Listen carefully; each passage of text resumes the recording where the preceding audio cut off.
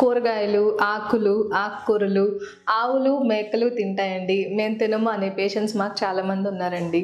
Sugar patients తీసుకునే ఆహారంలో కూరగాయల యొక్క ఇంపార్టెన్స్, ఎటువంటి కూరగాయలు తీసుకుంటే మంచిది, ఎటువంటి కూరగాయలు తీసుకోకూడదు అనేవి మనం ఈ వీడియోలో డిస్కస్ చేద్దాం.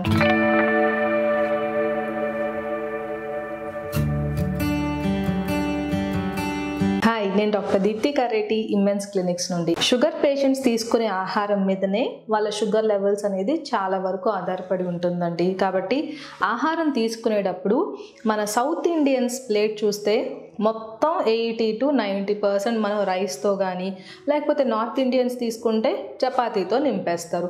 మిగిలిన 20% మాత్రమే వెజిటబుల్ కానీ ప్రోటీన్ కానీ తీసుకుంటారు. దీనివల్ల ప్రోటీన్ డెఫిషియన్సీస్ వచ్చేస్తే డయాబెటిక్ పేషెంట్స్లో విటమిన్, మినరల్ డెఫిషియన్సీస్ వల్ల వాళ్ళకి అరికాళ్ళ మంటలు, కంటి చూపు కూడా తగ్గిపోయే అవకాశం ఉంటుంది.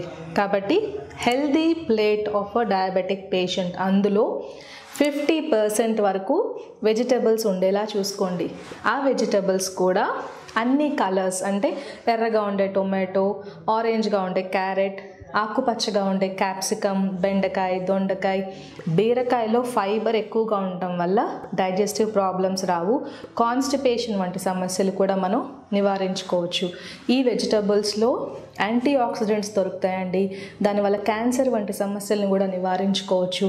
ఫైబర్ ఎక్కువగా ఉండడం వల్ల LDL అంటే బ్యాడ్ కొలెస్ట్రాల్ లెవెల్ తగ్గిపోయి వీళ్ళల్లో గుండె జబ్బులు కూడా మనం నివారించవచ్చు. కాబట్టి షుగర్ పేషెంట్స్ వాళ్ళ ప్లేట్లో ప్రతి మీల్లో, ఫర్ ఎగ్జాంపుల్ మీరు మార్నింగ్ బ్రేక్ఫాస్ట్ తీసుకుంటే వెజిటబుల్స్, కుకుంబర్ సలాడ్ లేకపోతే టొమాటో పీసెస్ యాడ్ చేసుకోవచ్చు. మధ్యాహ్నం భోజనం టైంలో ప్లేట్ మొత్తం రైస్తో నింపకుండా ఒక బౌల్లో రైస్ తీసుకోండి, ఇంకొక బౌల్లో ఆకుకూర పప్పు, ఇంకొక బౌల్లో వెజిటబుల్ కర్రీ ఏదన్నా.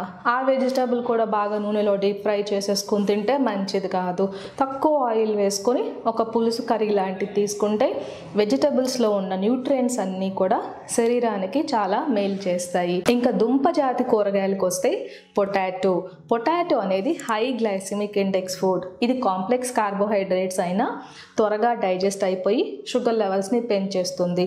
ఆల్మోస్ట్ పొటాటోకి 70 పనే గ్లైసిమిక్ ఇండెక్స్ ఉంటుందండి. మనం ఆల్రెడీ రైస్ తీసుకుంటాము కాబట్టి దాంతోపాటు పొటాటో కూడా కార్బోహైడ్రేట్ తింటే షుగర్ లెవెల్స్ పెరిగిపోతాయి. కాబట్టి షుగర్ పేషెంట్స్ పొటాటో తీసుకోకుండా ఉంటేనే మంచిది.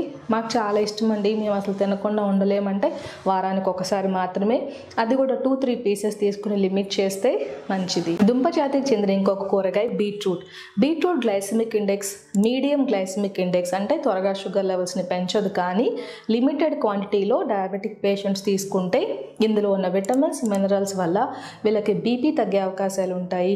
కొన్ని రకముల క్యాన్సర్ని కూడా మనం నివారించే యాంటీ ఆక్సిడెంట్స్ అనేది బీట్రూట్లో దొరుకుతుంది. ఇక క్యారెట్కి వస్తే క్యారెట్లో బీటా కెరోటిన్ అని విటమిన్ A కూడా ఎక్కువ ఉండడం వల్ల షుగర్ పేషెంట్స్ కంటి ఆరోగ్యానికి చాలా మంచిది.